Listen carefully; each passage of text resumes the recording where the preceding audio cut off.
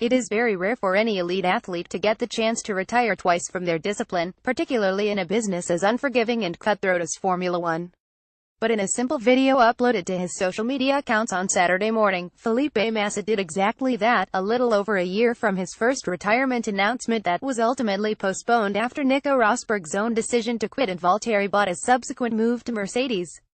Much as it was 12 months ago, Massa's announcement was dignified and thankful, with an eye very much on the future as he begins to plot for life after F1 in another racing series. The feeling from fans was much the same. Massa has been a popular, warming and classy figure in F1 throughout his career, with few having a bad word to say about him.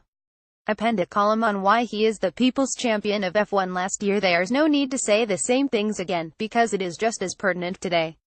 But when Massa dropped today's announcement, the predictable tongue-in-cheek tweet saying "we've heard this one before" and not believing it until he's not at pre-season testing came out. Yep, Felipe has retired again. It is different this time though. Massa has taken control of the situation at Williams in order to bow out with grace and define his future, epitomizing his entire F1 career. Massa wasn't ready to bid farewell to F1 last year, explaining why his decision to return was so easy and straightforward to make. Williams made clear it wanted to put Lance Stroll in a seat, and with Valtteri Bottas experienced enough to lead the team, Massa was shuffled out. Massa returned to F1 with a big smile on his face, particularly after getting his first taste of the 2017 spec cars that harked back to the high downforce monsters from the early part of his career.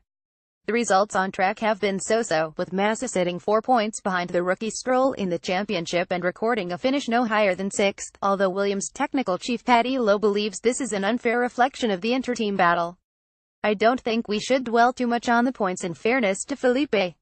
He has actually had some major points losses that were not caused by him, Lowe said in Mexico, as quoted by Crash.net.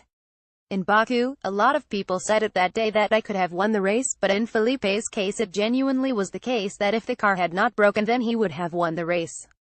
In Mexico it was a first corner contact, so more unlucky, but Felipe has had a number of things like that, and Lance far less so. It would be unreasonable to say that points reflect the full picture.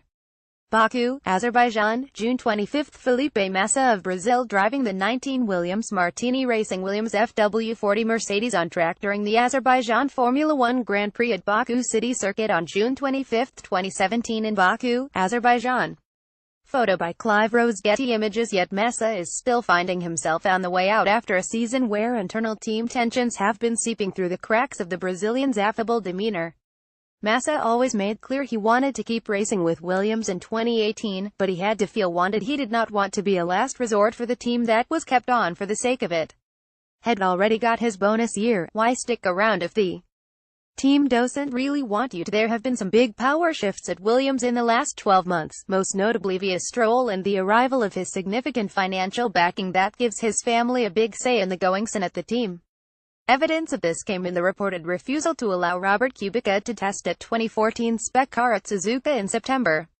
Another big shift in the team's management came with Lowe's return to Williams, the team he started his F1 career with, as its new technical chief. Claire Williams remains a key figure as deputy team principal, continuing her father's legacy, yet this is far from being a one-person team. There are plenty of figures having a say. Massa's most cryptic comments came in Malaysia, when he hinted that his on-track performances may have little say in saving his future at Williams. I was always a professional driver, and I stay and I will finish as a professional driver like I started my career. That is the most important thing for me, so the team knows what I can give, Massa said. I would say definitely I have all the people that understand about motor racing on my side inside the team, engineers and everything. That's what counts for me in the end. Then you have some other decisions that are not depending on the talent of the driver or what he can give to the team on the driving point of view. This is not up to me to say anything. The writing has been on the wall for Massa for some time now, but Williams refused to rule him out of the picture for 2018, insisting he was one of many options. Williams certainly has the luxury of time given it holds the most attractive F1 seat still available for next season, but Massa always wanted a decision by the Brazilian Grand Prix. His emotional farewell to Interlagos last year was a rare, human moment in a sport often hidden behind race helmets and closed motorhome doors. To be denied the chance to do that would have been unfair on Massa, a driver who deserved so much better. So that is why Massa's second retirement announcement was different. It was a show of taking his future into his own hands, making clear he did not want to be kept hanging on when all the signs were he would not be retained. He did not want to risk an awkward goodbye without a label, such as that of Rubens Barrichello in 2011, or as Jenson Button almost had in 2014, where questions remained about their future that went unanswered until a later date. São Paulo, Brazil, November 13. Felipe Massa of Brazil and Williams waves farewell to the Brazilian crowd during the Formula One Grand Prix of Brazil at Autodromo José Carlos Paes on November 13, 2016 in São Paulo, Brazil. Photo by Clive Mason. Getty Images. Massa will now get the chance to say goodbye properly, and for good this time, to his home fans at Interlagos next weekend, with his final farewell to F1 coming 2 weeks later in Abu Dhabi. It will not be a goodbye to racing, though.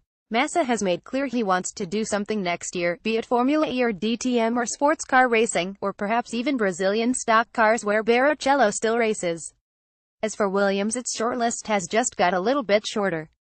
Kubica is emerging as the strongest option, with sources indicating to NBC Sports he will feature in the post-Abu Dhabi Pirelli tire test, acting as a possible precursor to a 2018 race seat.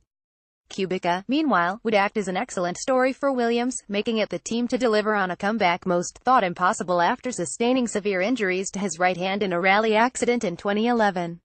It would be the team of focus through preseason and at next year's opener in Australia.